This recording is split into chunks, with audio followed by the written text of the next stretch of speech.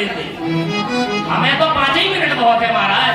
काहे कि अब हमें तो बच्चे लगता है कि हम बैठे बैठे सुने।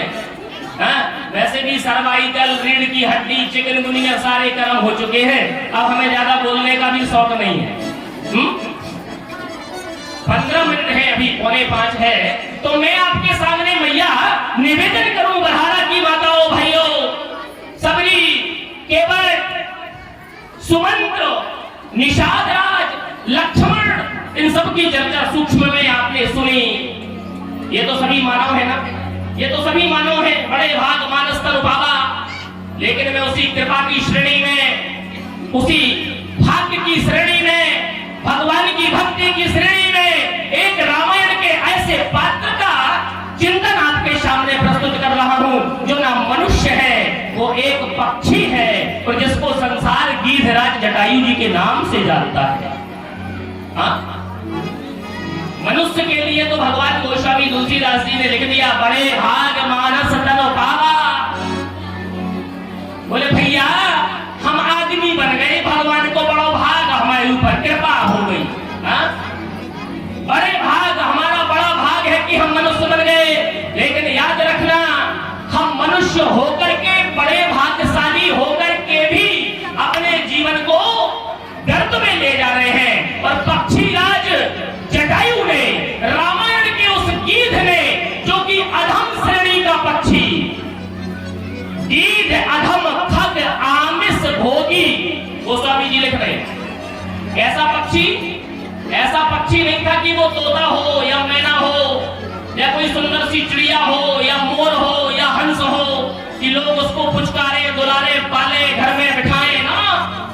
बोले पक्षियों में भी उसकी रैंक क्या थी, उसकी श्रेणी क्या थी कि जब हमारे गांव में कोई जानवर मर जाए, क्यों भाई, तो हम लोग सड़क किनारे खेतों में डाल के आते हैं, तो गीध आते थे और उसको सड़े हुए मांस को, जानवर को नोच नोच के खाते थे ना। पहले आपने देखा होगा, 20-25 साल पहले खूब हमको गीधराज जी का दर्शन होता था।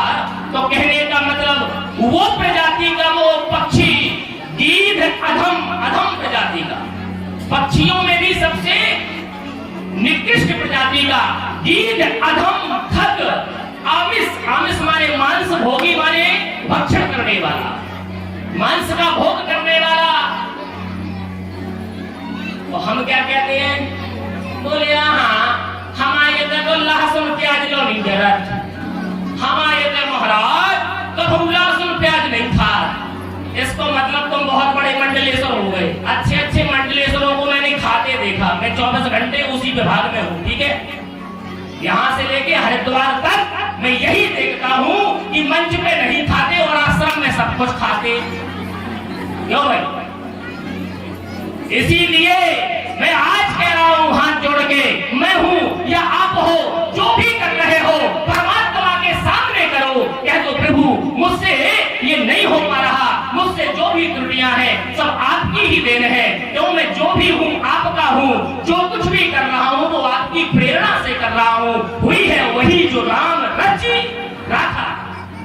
क्या फालतू की बहस करना कि कौन क्या खा रहा, कौन क्या पी रहा, कौन कहाँ रह रहा, कौन किसके घर में घुस रहा, क्या लेना देना। जो विधाता ने लिखा है वो कर रहा और होगा। तो महाराज जो जटायु जी महाराज हैं, वो तो मांस खाते हैं, मनुष्य भी नहीं है, संत भी नहीं है, देवता भी नहीं है, एक पक्षी है। वो पक्षी भी सबसे लोवेस्ट क्वालिटी का, सबसे लोअर क्वालिटी का, लोअर रैंक का पक्षी। फिर भी भगवान उसके लिए क्या सदगति देते हैं कि गोस्वामी जी लिखते हैं कि मनुष्य तो केवल बड़भागी है, लेकिन जब पक्षी राज जटायु मरते हैं तो हरिपुर गयऊ परम बड़े भागी।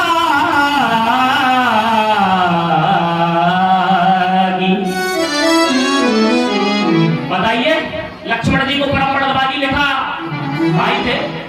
के लिए कभी परम बड़भागी लिखा, वशिष्ठ जी विश्वामित्र जी के लिए लिखा, दशरथ जी के लिए